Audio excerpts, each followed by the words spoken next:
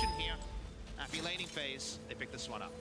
Yeah, it's going to be feeling really good for them. 6:30 into the game, grabbing that Ocean will certainly be a nice buffer for the lane.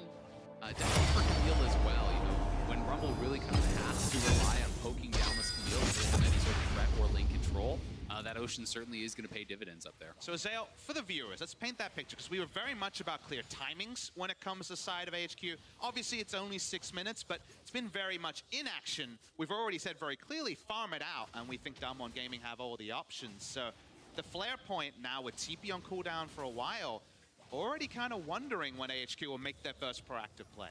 I mean, I think at this point you are waiting for 6. You know, you're trying to get 6 on Jarvan, probably the bot lane as well, and then perhaps making their move around this next Mountain Dragon would be kind of where I am expecting it.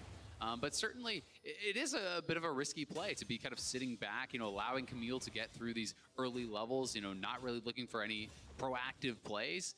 Because Damwon is certainly in their comfort zone. They love to play these kind of slower styles of games where they can really establish themselves and engage on their terms. And when we're talking about AHQ wanting to get river control, get the Kiana roaming around, I'm surprised not to see an Oracle's Lens on any of their players yet. Fair point. I'd like to see it on Alex. I'd like to see it on Rainbow. If you're looking for these Moby boots, trying to get ganks into side lanes, you need to make sure you're clearing out Damwon vision. There's actually an argument to start Sweeper on the mid laner here if you want to potentially be able to always have the first advantage over River, but that's a really good point to bring up, Medic, because for now at least, exclusive vision is at a premium for them. And that just means that the Moby Boots champion, you know, with less combat stats, 900 gold spent onto the Moby Boots, isn't really getting much value out of them. Yeah, not at all. And I mean, we see that Showmaker has consistently had the push, right? And if you're locked under your turret, you're getting nothing from those Moby Boots. Any roam you make, you're going to be losing minions to that turret, losing gold, losing the experience. And, you know, we can see Rainbow is a good 500 plus gold behind in the lane. And then you consider 900 gold spent on non-combat stats, and you know the 1v1 is going to be heavily in Showmaker's favor, which is why he's getting this push and why he's able to kind of group up with Canyon, and really they're doing what AHQ wants to be getting done. Looks like they're going to go down towards the bottom lane now, perhaps forcing a play, realizing they haven't been able to find too much with a few of these roams. Here we go. But Nuclear and Beryl are so used to this. They're so used to being targeted that they just back away, and Rainbow and Alex clear a control ward that immediately get to place. Same story for Ziv on the top side. He had to back completely, and we've already said there's an item point, but you can't even enter lane against Camille that comes later. So it's a trade, absolutely Medic, but it's not necessarily one that should be rubber stamp good for the side of HQ. Yeah, I think it was certainly good for Damwon, honestly. You know, you get the plate mid lane, solo gold onto Showmaker, more CS actually denied away from Rainbow as he lost a big part of that wave into the turret. So, you know, he's down now over 30 CS, and Showmaker is going to be very quickly getting to a point where he can really heavily bully this Camille. And when you're at that point, yes, you can still make roams if the wave is at your turret. It becomes so obvious, right? Anytime you're not actually answering a wave there, they know to back off elsewhere on the map. And that's exactly what we saw Damwon's bot lane doing. You get the sense that AHQ will feel the need to pull a trigger pretty soon. We've got Ripto, we've got that Mountain Drake that you talked about earlier. A minute and a half before that spawn, but at the moment, Alex is being denied pretty much his entire jungle. Canyon has a 12 CS lead. There's a 30 CS lead in the mid lane for Showmaker. And if this is the state of affairs for the next 10 minutes, Damwon will just outscale AHQ. And you look at the watershed moment, you know, it was about 15 minutes in their game yesterday where things started to come undone against IG, where IG made smart proactive moves and HQ felt a step behind. Here are the numbers. Started off with 800 gold lead, which is very healthy at 10 minutes. But it was already kind of subsiding from there. By 20 minutes, obviously a lot less relevant. 20 minutes than 900, 810 minutes. So the flow there was that their snowball and their ability to keep the pace up wasn't actually put together yesterday. And now we're coming into a game where they need to be right on top of that. And they actually enter 10 minutes down about 50. For the moment, Damwon very happy with this state of affairs. You've got Tiamat complete on Nuguri. He's building up towards that Ravenous Hydra that you talked about in Hick and Ban. Zonya's not on its way for Showmaker, just got the Seekers for a bit of extra protection in the lane, and now has the Hextech Gunblade on its way. Ysera unable to find the connection. Yeah, Seeker's just so efficient anytime it is, you know, an AD laner and an AD jungler. Grabbing that gives you so much survivability and safety, you know, in those early levels. So really efficient Seekers by there. Then you're going to work towards the Gunblade, and, you know, with Nuggery working towards that Ravenous Hydra, you're going to be able to shrug off most of that Flame Spitter damage. And likewise for Showmaker, you can really start to ignore most of what this can be able to put out.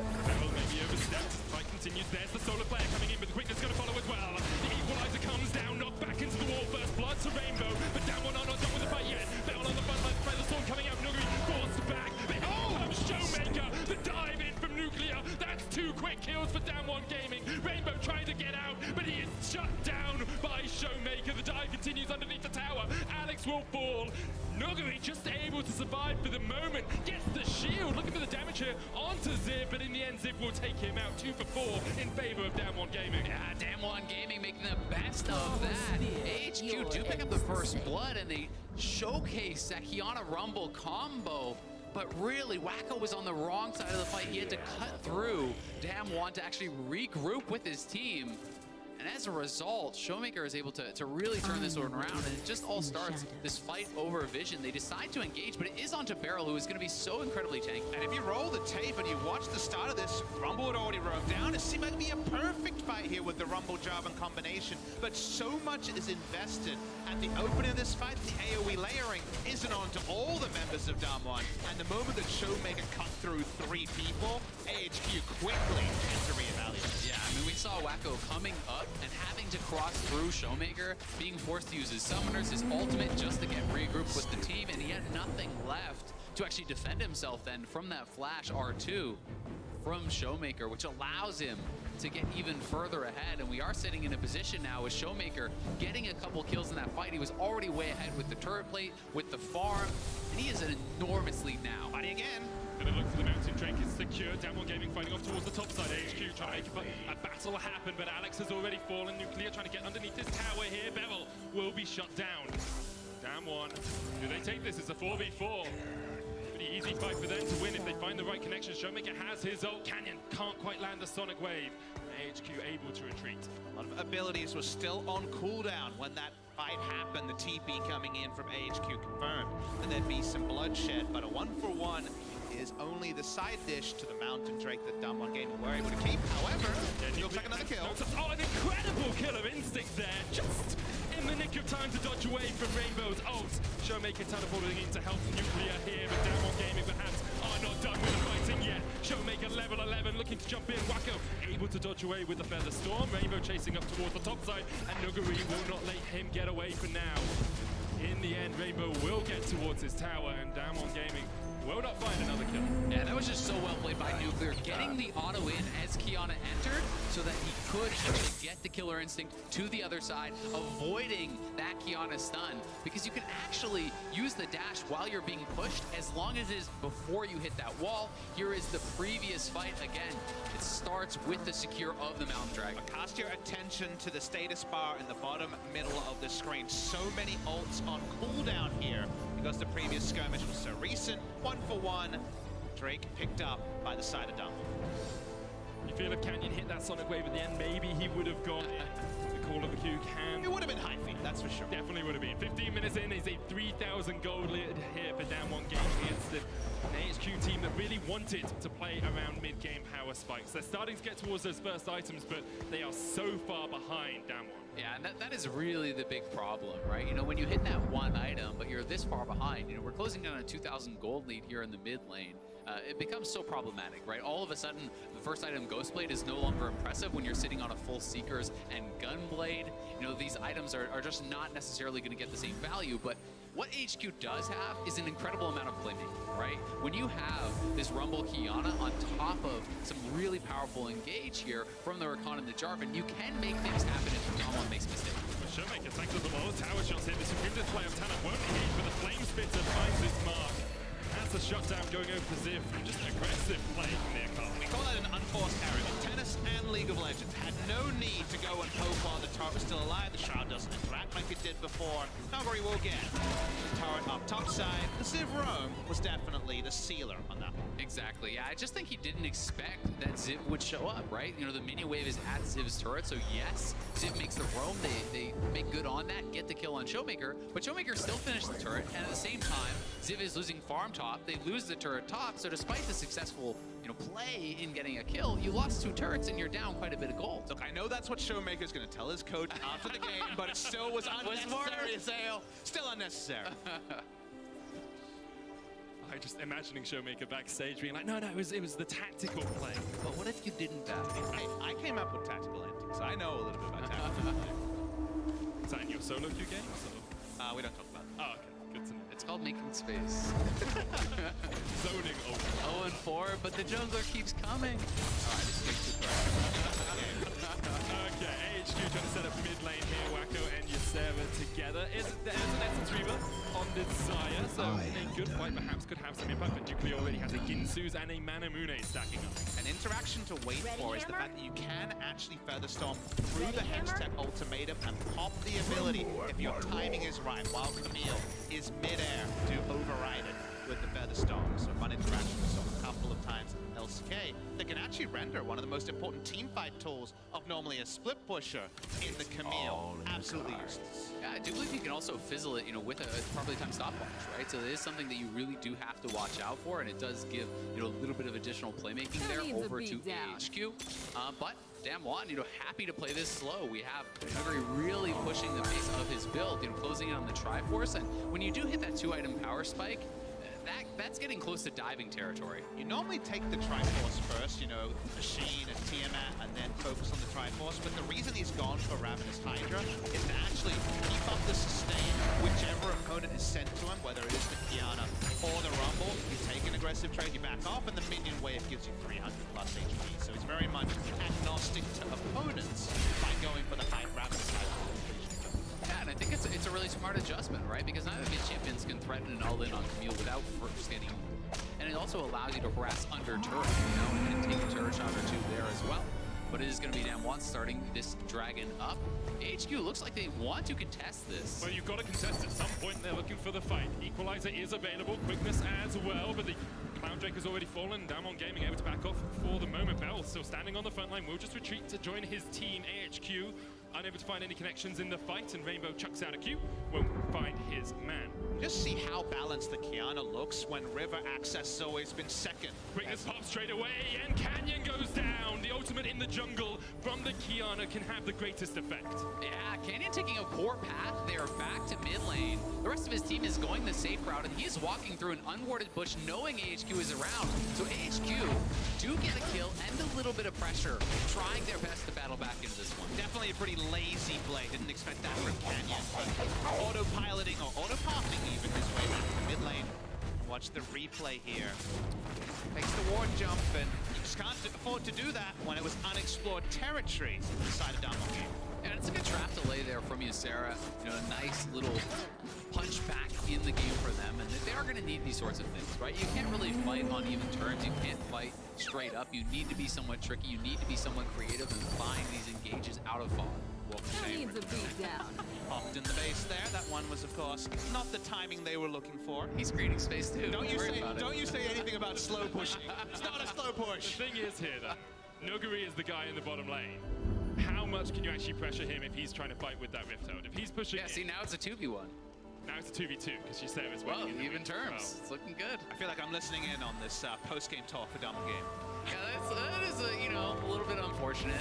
But see, the good thing here now is that when Showmaker is blaming their top laner, he can also blame the mid laner. There's a little bit of parity. Circle of blame is very full. Yeah. The good thing for HQ, Rift Herald did nothing. You've got the gold out of it. Zib will be very happy to pick that one up, and maybe they can look for another fight. We are at the 20-minute mark, and we're seeing, almost 2 items on most of their carries, although Damwon are ahead. This is really the power spike for HQ. But we've seen the loosey-goosey Canyon pathing into the Rift Herald fizzling out. This is very much akin to AHQ making some mistakes and falling out to IG last time out. So right now it does feel like the game's still in the balance, even though overall Damwon Gaming will feel very secure with a gold lead, and the implied scaling advantage is largely felt in the side lane, remember. There's still a perfect team fight for AHQ to pull out.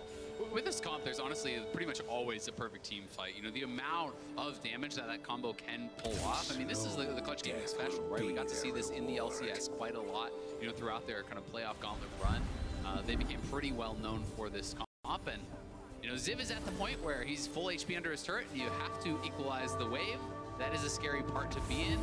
Nuguri hits that Triforce, and Damwon have really fast Baron here with this Kaisa, and they're just going to straight up start it up and force AHQ to come to them. AHQ even really realized it's got it as a long-range token control to spot them out and back away. So the ward there, the shallow blue ward, was actually more important than you might imagine. Why start the Baron there? It wasn't about just rushing it down and taking it. Obviously, if no one comes, you accept it. You know what the ultimate second prize was getting TP from Ziv, because then suddenly Triforce, Ravenous, Hydra, Camille says thank you very much, and you're damned if you do, damned if you don't when it comes to contesting any further objectives. So the fact that that ward spotted specifically nuclear pressing E into the Baron, let them know style, let them know they had to push up, and relieves the pressure, because if Ziv ever teleports and Nuguri doesn't have to follow, multiple turrets will be the cost. Nuguri pushing in towards this tower. As you can see, Ziv, even underneath the turret, really can't trade too effectively with this Camille anymore. Oh, his life sucks. Yeah, it's the worst. Really, all you can do now is try to kill the wave, right? There's no actual chance of fighting back, and you know, Nuguri's at the point where he can hookshot in aggressively as long as he knows where the jungler is, as long as he knows that it's not going to be a 2v1. You take a tower shot or two, you heal up off the next mini wave, and you repeat. And Ziv knows this, and is just going to actually have to sacrifice the outer turret here very likely. Hey, would have buy a Sonya's to try to buy time under a further inner turret, perhaps, as Damwon Gaming back on the Baron. Forcing it once again, Ysera there. Good face check. Kenya's going to chuck out a Q, but the tower falls in the bottom lane. Nuguri has his teleports backing to the fountain for the moment, but that Baron's just going down. I mean, it's actually so clever. Canyon just kept showing, and I think the AHQ was under the impression that if Canyon is there, they're not on the Baron, and they just two-man that, taking it down for so long before calling over the rest of their members to finish it off. Is just very well played by Damwon. They just have so much on their mind. We have to make sure nothing's going to happen bot lane. We can't give up the Baron, and when there is that to and fro, sometimes little moments like this, those timings come through, the single mountain break makes it a little bit easier, and suddenly, bloodlessly, Damwon Gaming take the Baron. We talk about unforced errors. That was a forced error. Yes. They pulled AHQ around the map, made them think about too many things, and then forced them into a situation where they couldn't react. And these were plays that Damwon Gaming could not make in spring season, when their young lineup had no real shot caller, couldn't get it done. So Flame came in to try to hold down the fort and top lane and help them with mid to late game. Other teams would do these sort of plays to Damwon repeatedly.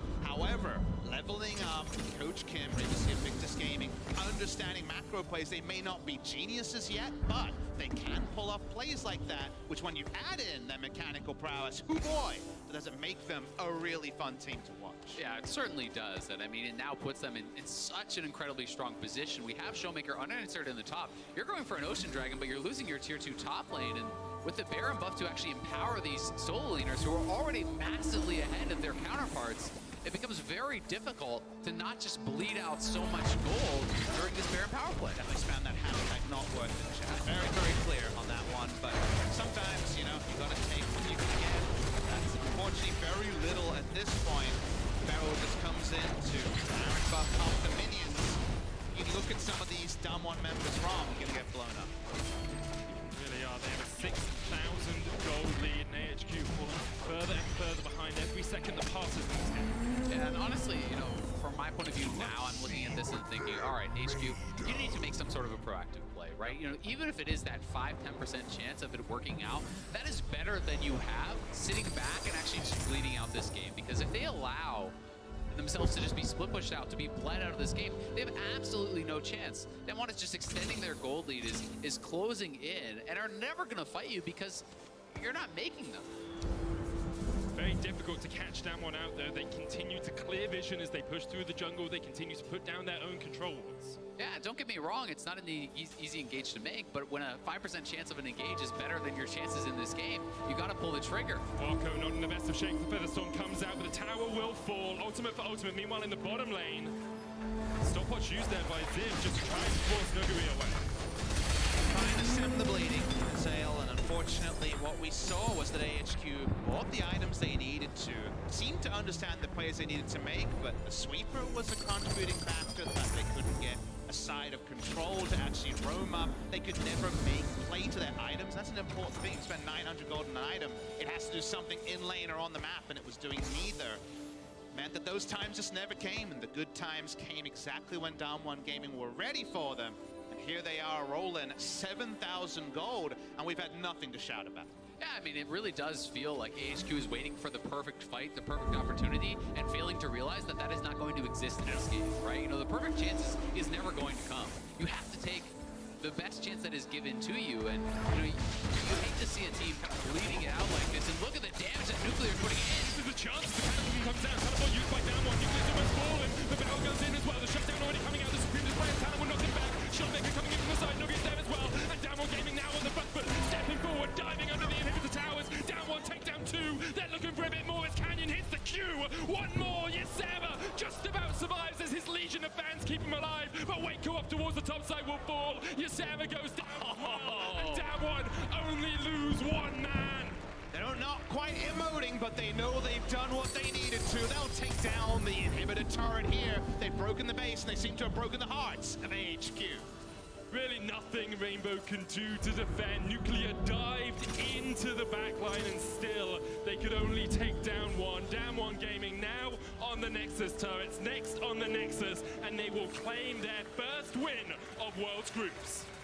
They have checked the boxes. They're going to look for a couple more kills before they close this one out. But certainly a strong showing here, a good bounce back game against AHQ. You really can't ask for a more controlled game than this. They really did look like it was their start to finish. People are labeling Down One Gaming this challenger rookies to World Story in 2019 a contender. I don't think we're any closer to either denying or crowning that after their victory over AHQ. But actually one of my most relieving things to see is that after the game, no one is smiling, no one is jumping up and pumping their fists, because this is an expected victory over AHQ and only a building block towards a group stage that we already know is going to be very perilous. It certainly is.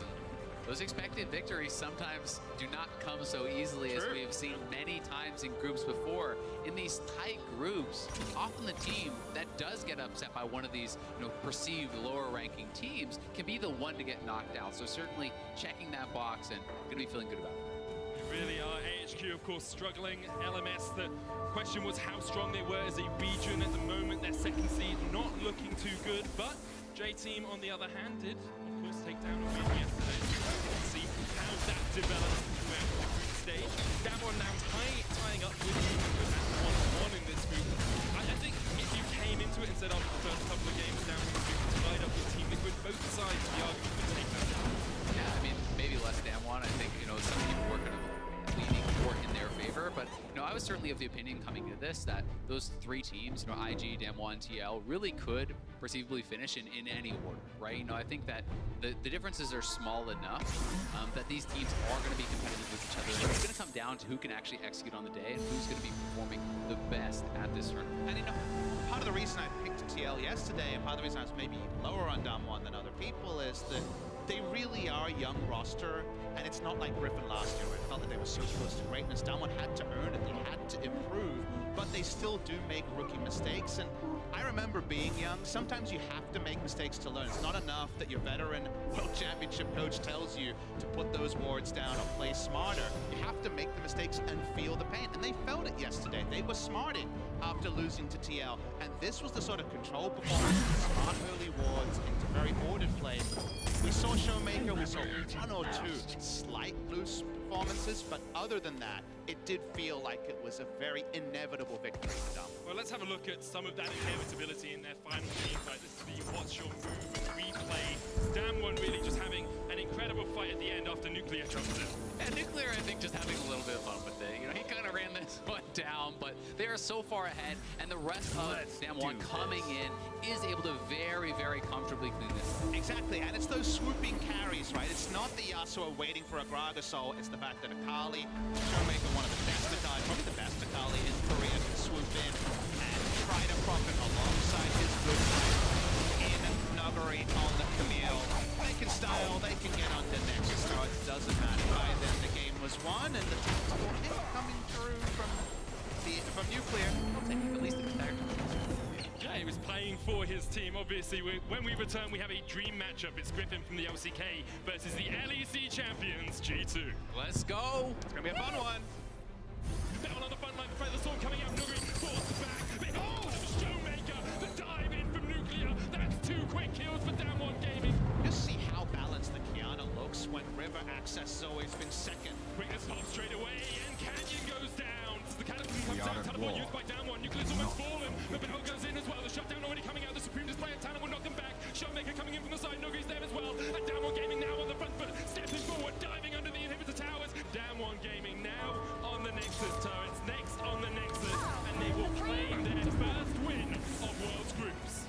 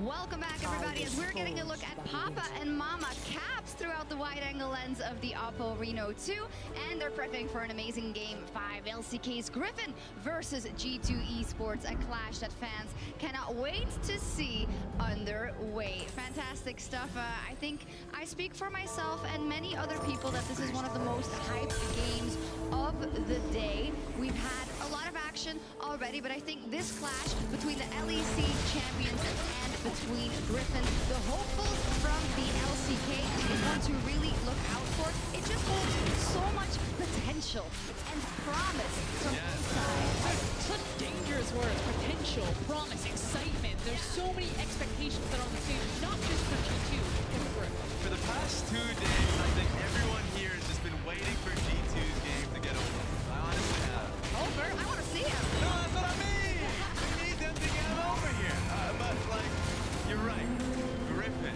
The story of Griffin up until this point has been the young dominance that they have, individual stellar players. Like, across the board, from Viper to be able to see how they've been performing up until this point. For people maybe not familiar with the squad, you didn't see that at MSI. That is because they didn't make it there. They were the #1 in the regular season, but both splits fell short to SKT. Now, if you think about the pedigree of SKT, maybe we should still be afraid of Griffin because they dominated the regular season time and time again, and definitely have the dangerous word potential at this World Championship. Yeah, let me tell you, you should definitely be afraid of Griffin. I know that people say, oh, they're shaky, they lost on 50. We talked about it earlier today. No, here, I'm not right for it. But I want to talk about those big players, how they actually play the game against young, up-and-coming LCK aggressive style. You're looking at guys like Chovy, like Tarzan, like Viper. Who's your favorite? Who's your standout player that you're For sure, Chovy. I mean, even just hearing interviews from Shahu as a player, he's 100% wanted to go up against Chovy. Because just mid-jungle that you've made a mention of, Chovy's come out and showcased himself to be one of the best current mid laners in the world. And so for Griffin coming into this tournament, stellar young players, finally getting that opportunity, especially off of like the sadness that was LCK Worlds in 2018. They want to be there for that retribution. Yeah, they're part of that new blood of the LCK coming into this World Championship, and a baptism by fire is what I'd like to call this first game for Griffin. They are going up versus G2, the 2-time LEC and MSI champions. They are looking for the Grand Slam, but it's kind of the same story. So much potential, but what are we going to see out of G2? So much potential and so much volatility and variance. This is a team that the playstyle demands you must be on picture-perfect form. It is all about mechanical outplays. It is about very quick micro reactions and decision-makings and fights. And if you're having an off day, if it's craps instead of claps, then suddenly G2 look like a very different team. But when push comes to shove by both SKT and Fnatic twice, G2 win the distance. So this is not a team that stumbles under pressure. They've changed the global meta. Like, just based off of their success, yes. Like, what can be played in the top lane? What can be played in the AD carry position? Like, both Perks and Wonder have done wonders for the meta, and so I want to see what they can do coming into the tournament, as they are the tournament favorite. But where G2 broke the meta globally, Griffin reinvented the meta inside the LCK, so that's why this is so exciting. I know that we've seen a lot of stalling, scaling-oriented games. I expect that Walker's going to deliver that action-packed, and there'll be a lot of quick, fast goals. And we absolutely want this game to deliver from both sides, to see both teams hit their ceilings. But the fact of the matter is, all teams don't always hit their ceilings. Now, especially looking at G2, Frost, we have some doubts about how to quantify them coming out of summer. Yes, they won. Fnatic pushed them to 5 games. There are whispers of, but did they really try that hard? Where do you think it's at right now? Where, at the time, where G2 has to start playing to that ceiling?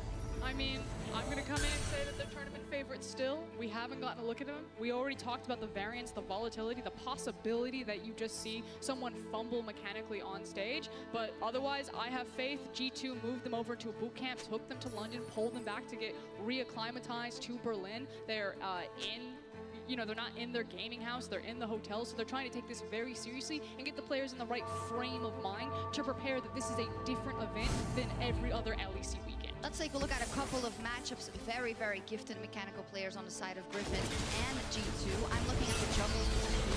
Tarzan, who has been so lauded as being a great jungler, but has sometimes dropped the ball when it was important, Raz. How important do you think the jungle is? So I'm interested because Tarzan is well behind. I think doesn't play as well. He doesn't want to take risks. He's hoping for, misplay so he can take opportunities off of that. While Jankos is just in your face.